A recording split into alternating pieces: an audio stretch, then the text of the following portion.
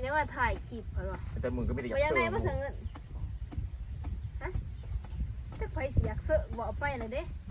พอละมึงอยาก ขันอยากเสิร์ฟจะเถะพายสิมาบอกตัวหนากองเนาะ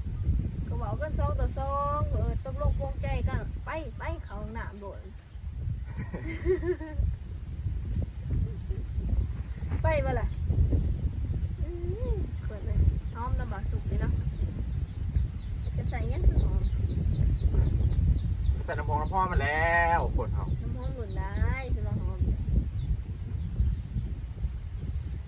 คือแต่อย่างไรก็เป็นปัวเด้เนาะ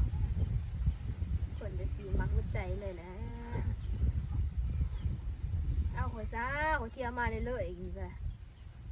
รวดจะลิ้นคลองใส่ข่อยบอก อันนั้นแต่นั่นนี่ลิงกองเปลือกคองโอ้อันนั้นนั่นนี่ แม่นบ่ย่าเจ้าลิ้นคลองใส่ข่อยแล้วข่อยจงมาหาเจ้าจะสีเลยไปใส่กับบ่ได้คิดแต่เห็นหน้าเจ้าห้อยอร่อย งามบ่มีเปลือกคองดอกโอ้ มาบอกจังสันบ่งามบ่ไหนเอาปากกามาวง โอ้ เอามาวงเบิ้งมองไรมันบ่งามหั่นฮาบอกโอ้ข่อยบ่งามจังสันจังสิ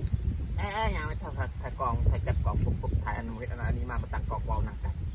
นั่งงัวกัน นั่งกัน โอ้ยตายเลยนั่น ที่ไหนก็เห็นอะไรซะนะ ไปถ่ายถ้าผู้อื่นผมไป